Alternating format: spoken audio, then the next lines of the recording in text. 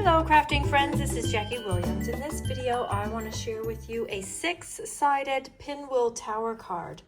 And the little flaps just open like this, but really it shines when it is on display and people can see all of the little panels. This makes a great card for someone who likes to have their things on display or might enjoy having a card just to cheer them up. And it's also a fun little project for you to do as well. Now you can just watch the video and enjoy, because I have prepared for you a PDF free that you can download with simple instructions and the basic measurements. So you can just print that out and start crafting when it's convenient for you. So let's do the basic version here. You need two things. You need the core, or the little 6-sided panel, and then you need 6 little, let's just call them pages. Okay, so really there's 7 things, but these are all the same, and then there's one of these. So this measures 5 inches long, and then this height would be 4 1/4 or 4 1/8, depending on if you have A4 or letter size cardstock. But I have both measurements on the PDF. And then you're gonna score it every 3/4 inch. So 3/4, 1 1/2, 2 1/4, 3, 3 3/4, 4 1/2. But basically every 3/4 inch. And then you'll end up with a little 1/2 inch tab here where we're gonna put our tape. These, you don't need to do anything to these. And all you need is tape for this and a bone folder. So we're gonna score all of these, or fold all of these score lines the same way. It doesn't really matter which way unless your paper is different, has different sides, but most likely it doesn't. Okay, so you want to get those nice and scored. And now we want to basically put some tape on that small tab and create a little tube. So I found the easiest way to do this for me is to fold that in, the little tab, and then we'll put tape on this.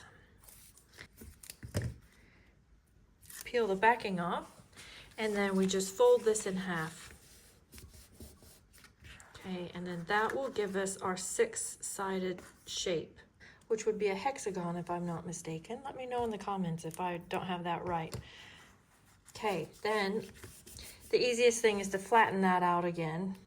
And then we're just gonna put tape along each panel.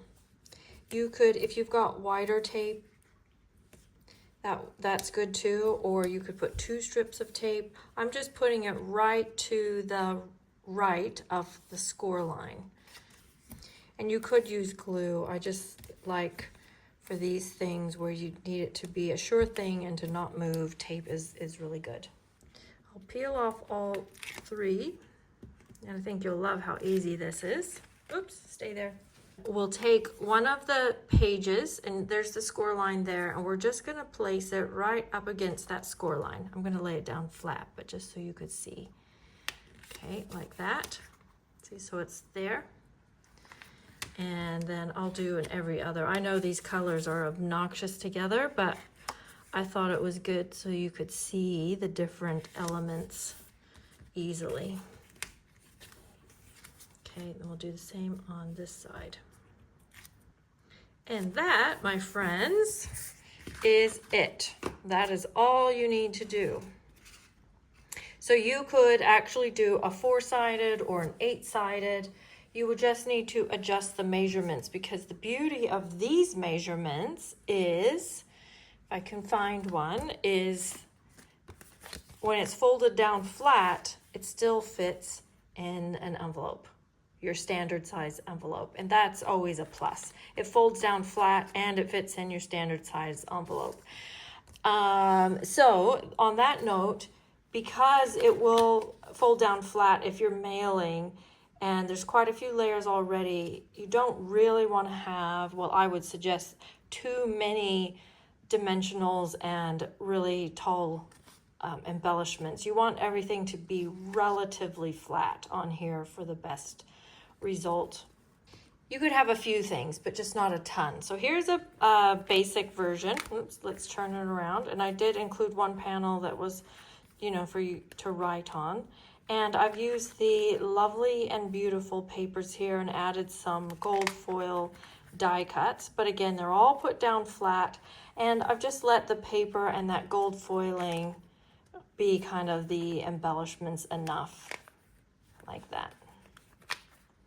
There you go. And then that would sit up on display and be quite cool. And this would be nice even to slip a little photograph in. And you see that I've put on this side, but I've also put paper on the other side. So it's, you know, extra pretty. Okay, and that I also then just added a little flap to the envelope and it fits nicely in there and it all coordinates. And you see it's pretty thick. So we don't want to have too much more thickness in there. Unless you're hand delivering, then it doesn't matter. Now this one I absolutely love. I showed you at the beginning. This one uses the new Rolling Waves dies, and I've paired it with the Beach Boardwalk papers, which are really just soft and beautiful. And each page, I've just done a little scene, little something different. There we go. And then we're back to the beginning. Love this one. And again, made a little envelope that will fit in as well. Then I decided to just experiment. Let's get to the front. And I tried it with a square one. So this does make it longer. These are 4.5-inch squares, so it's a little bit taller than your 4 1/8 or 4 1/4, just a little bit taller, but I made these much wider, so it's actually more like a book. And this size might be more suitable, let's see, there we go, more suitable if you're wanting to include photos, because you've got that much more space. And for this one I've used the brand new Beautiful Ordinary Life, and these will be available in the May catalog. So we don't have it quite yet. Unless you're a demonstrator, then you can pre-order it now. And if you want to know more about being a demonstrator, feel free to leave me a comment or send me a message. Now, necessarily, this one isn't going to fit in a standard envelope. So I just used a 12 by 12 sheet. I didn't cut it down at all. I just scored the 12 by 12 and made a custom envelope which fits this just perfectly. I personally love making envelopes. I don't mind doing this. And then I added some of those die cuts that come in this particular suite. So these die cuts come in the suite all ready to go and done for you.